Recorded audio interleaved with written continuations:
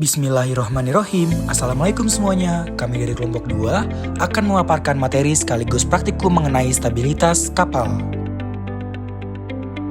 Sebelumnya, ada yang tahu nggak sih apa penyebab dari kecelakaan kapal?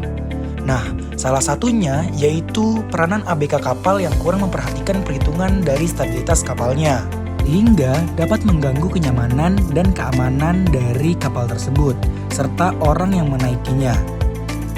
Akibatnya dapat menyebabkan kecelakaan, seperti kapal tidak dapat dikembalikan, kehilangan keseimbangan, bahkan hingga tenggelam, hingga merenggut nyawa seseorang yang menaikinya.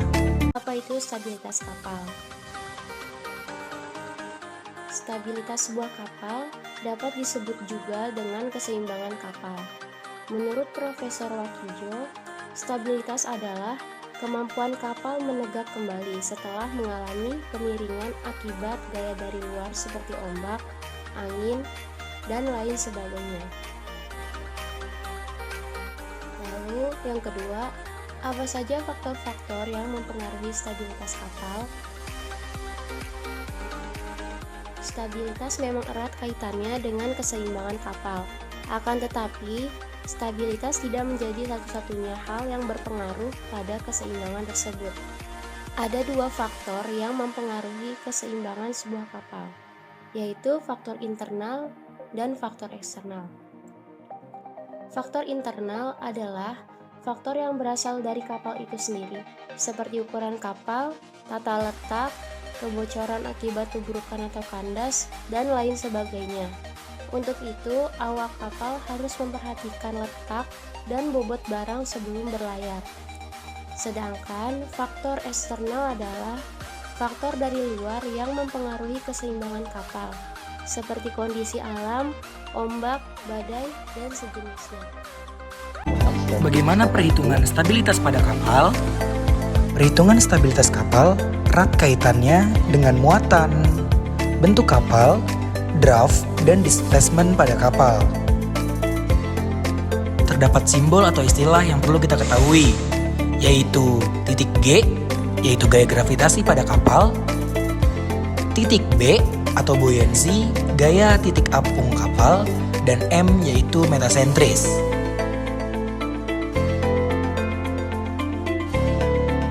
Lalu, apa sih hubungan ketiga titik tersebut pada kapal? Titik metasenter berbeda-beda pada kapal, tergantung dari bentuk dan ukuran kapal, seperti lebar, panjang, dan tingginya. Sedangkan titik gravitasi dan titik buoyancy juga bervariasi, tergantung pada muatan yang digerakkan oleh draft.